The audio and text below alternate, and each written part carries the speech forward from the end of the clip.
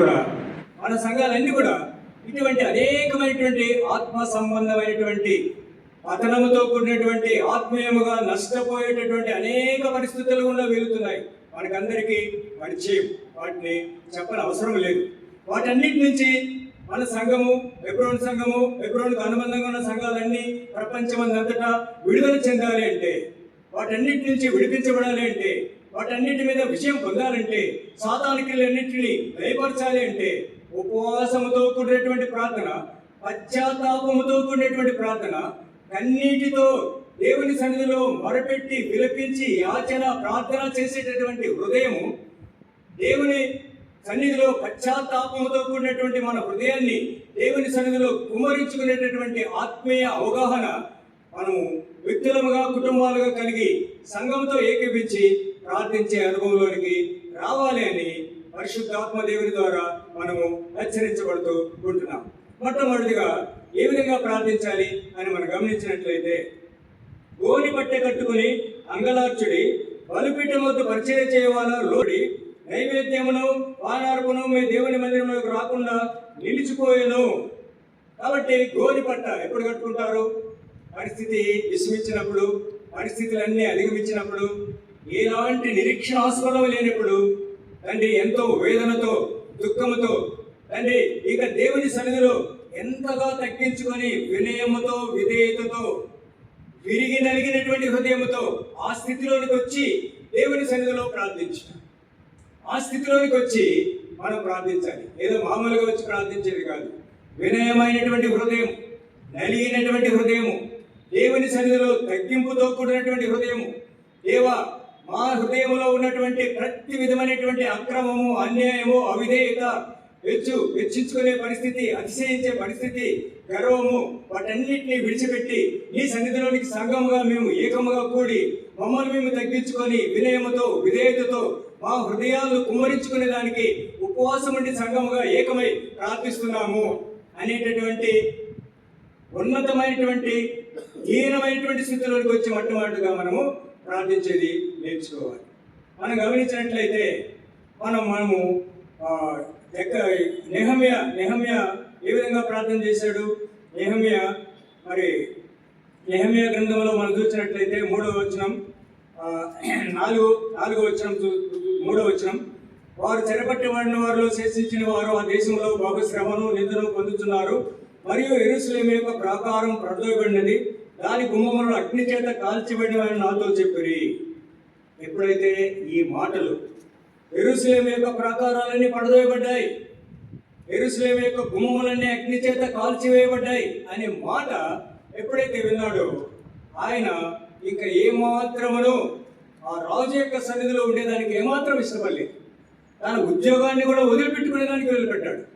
అంటే దేవుని ప్రజల పట్ల, దేవుని మందిరం పట్ల ఎంత ఆసక్తి, ఎంత పట్టుదల కలిగి ఆ యొక్క రాజు సన్నిధిలో ఆయన మొరపెట్టేదానికి, దేవుని సన్నిధిలో ప్రార్థించడానికి, కన్నీటితో ప్రార్థించడానికి, ఉపవాసంతో ప్రార్థించడానికి తన్ను తాను ఆయత్తపరుచుకున్నాడో అక్కడ మనకందరికీ బాగా పరిచయం. ఇవన్నీ మనకంతా బాగా తెలుసు.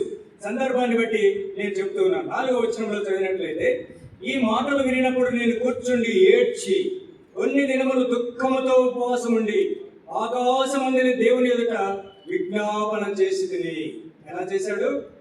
కన్నీటితో, దుఃఖముతో ఉపవాసం ఉండి ఈ మాటలు విన్న వెంటనే నాకేం పర్వాలేదులే, సంఘం ఎట్లన్నా పోని, నా ప్రజలు ఎన్నడన్నా ఉండని, సంఘం ఆత్మీయంగా ఏదైనా నష్టపోండి, నా పని నేను చూసుకుంటా, నా పనులు నేను జరిగించుకుంటా, నా స్థానాన్ని నేను కాపాడుకుంటా అనేటటువంటి స్వార్థపూరితమైనటువంటి ప్రయోజనాలు వదిలి సంఘాన్ని నడిపించే నాయకులు కానివ్వండి, సంఘాన్ని నడిపించే సేవకులు కానివ్వండి, సంఘంలో పరిచయం చేసే పరిచారకులు కానివ్వండి, సంఘంలో ఆయా తలాంతులు కలిగినటువంటి విశ్వాసులు కానివ్వండి, తాము వంతులు తాము జీవము కలిగినటువంటి పరిశుద్ధమైనటువంటి దేవుని సంఘములో నెరవేర్చేవారుగా ఉండాలంటే నెహమ్యా కలిగినటువంటి ఇటు పట్టింపు, ఇటువంటి భారము, ఇటువంటి ఆత్మీయమైనటువంటి అవగాహన కలిగి దేవుని సన్నిధిలోనికి వచ్చి దేవుని ప్రజలతో ఇటువంటి ప్రార్థనా కూడికలకు వచ్చి ఉపవాసం ఉండి కన్నీటితో, దుఃఖంతో ప్రార్థించేది మనము నేర్చుకోవాలి. అప్పుడు మాత్రమే మన ప్రార్థనకు దేవుడు జవాబిచ్చేవాడుగా ఉంటాడు. రెండవదిగా మనం గమనించినట్లయితే ఎస్తేరు గ్రంథంలో మనకు ఎస్తేరు యొక్క వర్ధిక యొక్క జీవితం అంతా బాగా పరిచయం. నెహమ్యా తర్వాత ఎస్తేరు గ్రంథం ఉంటుంది. అక్కడ హామాను వాడి యొక్క జీవితం ఏంటంటే యూదులైనటువంటి వారికి హామాను శత్రువు.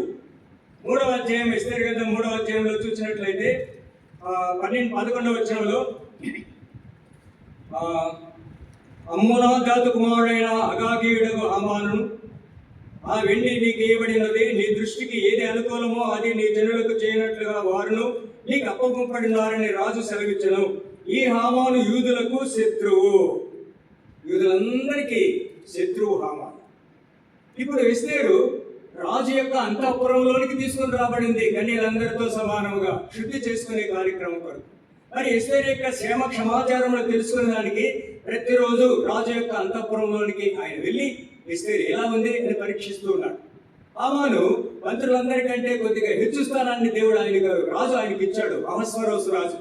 అందుకని ఆయన బయలుదేరి వెళ్ళేటప్పుడు అందరూ లేచి ఆయనకి నమస్కారం చేస్తూ ఉన్నారు. మర్దికై మాత్రం లేవలేదు, నిలబడలేదు, నమస్కారం చేయలేదు. ప్రతిరోజు ఇలా జరుగుతుంది. అందుకనే హామాను ఎంతో గర్వంతో, ఏంటి ఇంతమంది నాకు నమస్కారం చేస్తుంటే వీడెవడు, అసలు నన్ను లెక్క చేయడం లేదు, నన్ను కేర్ చేయలేదు అని విచారించాడు.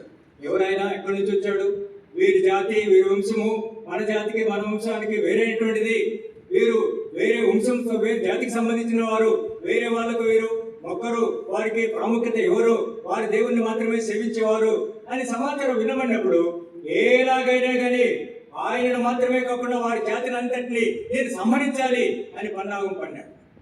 సాతాను కూడా విశ్వాసమైనటువంటి మన చుట్టే ఉంటాడు. దేవునికి నమ్మకంగా మనం జీవిస్తున్నప్పుడు, దేవుని కార్యాలలో ఆసక్తి కలిగి సంఘాన్ని ఆత్మీయంగా ముందుకు నడిపించే పందాలు వెళుతున్నప్పుడు అప్పుడే సాతాను తన యొక్క పన్నాగాలు పన్ని ఎలాగైనా స్కాటర్ చేయాలి, సంఘాన్ని అంతా ప్రజ్మిట్ చేయాలి, సంఘాన్ని విభజించాలి, విభజనతో కూడిన మనస్తత్వాలు సంఘంలో ఉన్నటువంటి నాయకుల లోనికి చొచ్చుకుని పోయేటట్టు చేయాలి అని సాతాను వాడి పని వాడు చేసుకుంటూనే ఉంటాడు. అయితే ముందుగానే దేవుడు మనకు చెప్పాడు, ఈ లోకంలో మీకు శ్రమ కలుగుతుంది, ఆయనను ధైర్యం తెచ్చుకోండి, నేను లోకాన్ని జయించాను, సాతాను మీద విజయం పొందాను, సాతాను నేను జయించాను, నాకు ఇచ్చినటువంటి దేవుని యొక్క వాక్యము ద్వారా సాతాను మీద విజయం పొందాను. మాటలన్నీ మనకు తెలుసు. అయితే సాతాను తీసుకొని వస్తున్నాడు ఈ శోధన అని కూడా మనకు తెలుసు. అయినప్పటికీ ఎందుకు వారికి అరగా మార్చబడుతున్న కారణం ఏంటి?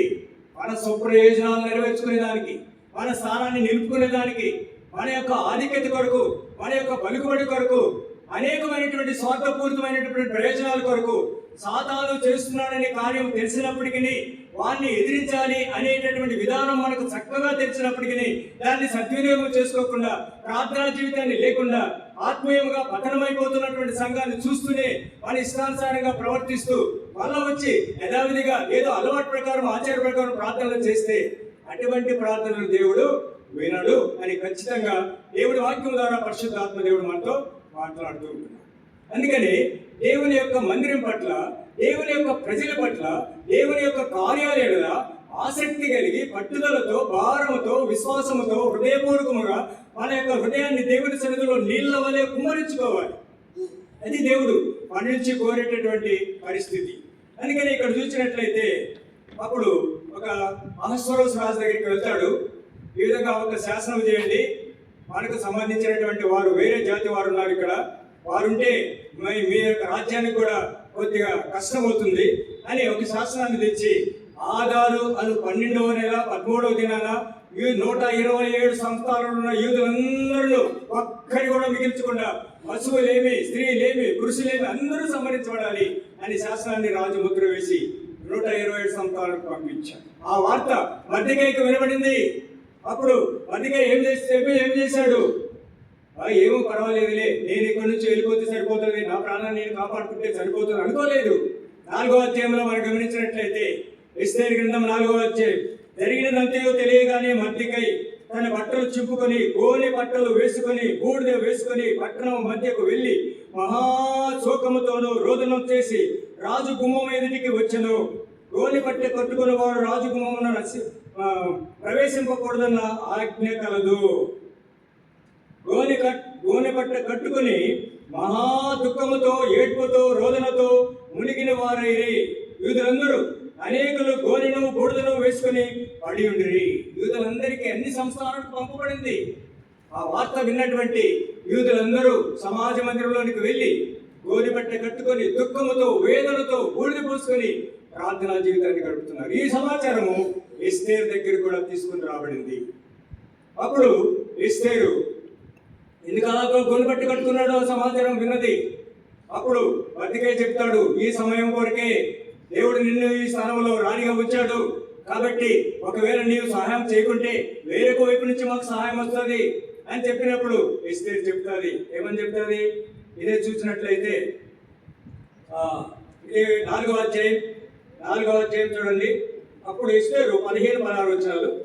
మొర్దెకైతో మరలా ఇట్లనెను, నీవు పోయి శోషణనందు కనబడిన యూదులందరినీ సమాజ మందిరమునకు సమకూర్చి నా నిమిత్తము ఉపవాసం ఉండి 3 దినములు అన్నపానములు చేయకుండి, నేనును నా పనికత్తెలను కూడా ఉపవాసముందుము. ప్రవేశించుట న్యాయ వ్యతిరేక్తముగా నున్నను. నేను రాజునద్దకు ప్రవేశించుదను, నేను నశించెదను. అటువలే మొర్దెకై బయలుదేరి ఎస్తేరు తనకు ఆజ్ఞాపించిన అంతటి ప్రకారము జరిగించెను. వారి పట్టుదల, వారి భారము తన ప్రజల పట్ల, తమ వంశమేడల ఎంత ప్రాముఖ్యమైనదో వారు దీని ద్వారా మనకు కనబడుతుంది. మన ప్రాణాలు పోయినా పర్వాలేదు, మన జాతిని, మన వంశాన్ని, మన ప్రజలన్నింటినీ కాపాడుకోవాలి. రాజు యొక్క శాసనము రద్దు చేసేబడడానికి రాజు సన్నిధిలో ఒకవేళ ఆయన పిలవక ముందే పోకూడదు, ఎవరు ప్రవేశించకూడదు అంతఃగృహంలో అనే చట్టము అమలులో ఉన్నప్పటికీ నేను నశించినా పర్వాలేదు, నేను రాజు యొక్క అంతఃగృహంలోనికి వెళ్తాను. నువ్వు కూడా యూదులందరినీ సమకూర్చి మీరు కూడా నా కొరకు 3 దినములు ఉపవాసం ఉండి ప్రార్థన చేయండి అని వర్తమానము మొర్దెకైకి పంపించి, ఎస్తేరు యవనస్తురాలు ఎంత కట్టుదిట్టమైనటువంటి రాజు యొక్క దయనుకు కృపకు దేవుడు ఆమెను పాత్రుడిగా చేసి రాణిగా చేశాడు. 187 సంస్థానాలకు రాజు తర్వాత ఆమె అధికారి అయినప్పటికీ ఉపవాసం ఉండి తన ప్రజలైనటువంటి వారి కొరకై నశించిపోయినా పర్వాలేదు అని ఎంతో గౌరవంతో తన యొక్క చెలికత్తెలతో కలిసి అంతఃపురంలో ఆయన ఉపవాసం ఉండి ప్రార్థన చేస్తూ మొర్దెకై కూడా యూదులందరినీ సమాజ మందిరంలో సమకూర్చి ప్రార్థన చేయడం ద్వారా దేవుని యొక్క రాజు యొక్క ఆ యొక్క సన్నిధిలోనికి వెళ్ళినప్పుడు ఎస్తేరు ఏమని మనవి చేసింది, ఆ పరిస్థితి అంతా మనకు తెలుసు. సందర్భాన్ని బట్టి ఒక వచనం చదువుకుందాం. ఎస్తేరు గ్రంథం 8వ అధ్యాయం 3వ వచనం. మరియు ఎస్తేరు రాజు యొక్క మనవి చేసుకుని అతని పాదముల మీద పడి అగాగ్యుడైనటువంటి హామాను చేసిన కీడును, అతడు యూదులకు విరోధముగా తలంచిన యోచనను వ్యర్థపరచులని కన్నీళ్లతో అతనిని వేడుకొనగా. ఎలా వేడుకునింది? కన్నీళ్లతో, దుఃఖముతో, భారముతో అహస్వరోజు రాజు దగ్గరకు వెళ్ళి ఆయనను మనవి చేసింది.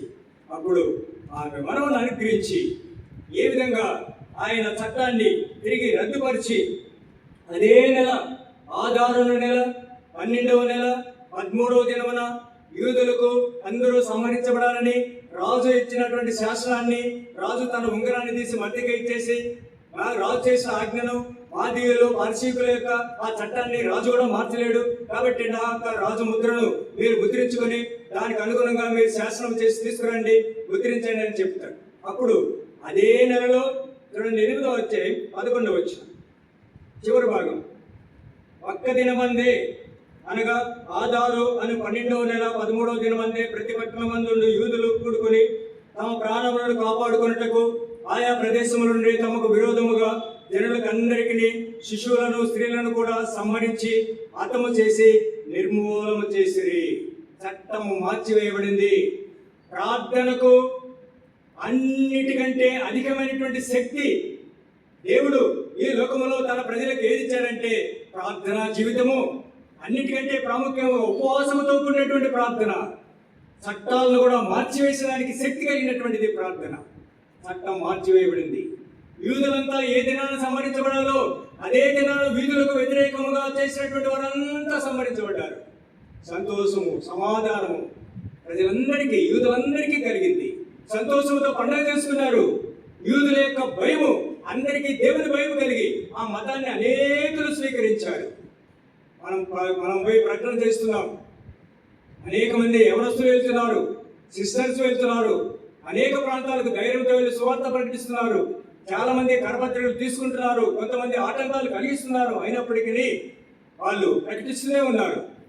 అయినప్పటికీ కొంతమంది నాకేమైందిలే అని ఇంట్లో కూర్చొని కనీసం ప్రార్థన కూడా చేయకుండా వాళ్ళ ఇష్ట స్వార్థపూరితమైనటువంటి ప్రయోజనాలు జరిగించుకునేవారుగా, మన జీవితాలు సరిగా లేని కారణాన్ని బట్టి మనం ఎంత ప్రయాసపడినప్పటికీ అనేకమైనటువంటి అనుజనులు సంఘంలో జరుగుతున్నటువంటి కార్యకలాపాలు మన యొక్క ప్రవర్తన నియమాలు గుర్తించినటువంటి వారు రక్షణ పొందకుండా సంఘంలో చేర్చబడకుండా ఉండడానికి మనమే అడ్డుబండలంగా తయారైనాం. కారణం ఏంటి? మన మార్గములను సరి చేసుకోలేదు. మన మార్గాలు యథార్థమైనవి కావు, మన మార్గాలు చెడ్డ మార్గాలు మనం అనుకుంటున్నాం. ఆనాడు ఇశ్రాయేలు ప్రజలు కూడా అలానే అన్నారు. యెహెజ్కేలు గ్రంథంలో మనం చూసినట్లయితే రెండవదిగా కన్నీటితో ప్రార్థన చేసేది మాత్రమే కాకుండా మన మార్గములను మనము దిద్దుకొని సరి చేసుకోవాలి. చూడండి, యెహెజ్కేలు గ్రంథం 18వ అధ్యాయం. యెహెజ్కేలు గ్రంథం 18వ అధ్యాయం. యెహెజ్కేలు గ్రంథం 18వ అధ్యాయం. అయితే ఇశ్రాయేలీయులు 29వ వచనం. ఇశ్రాయేలీ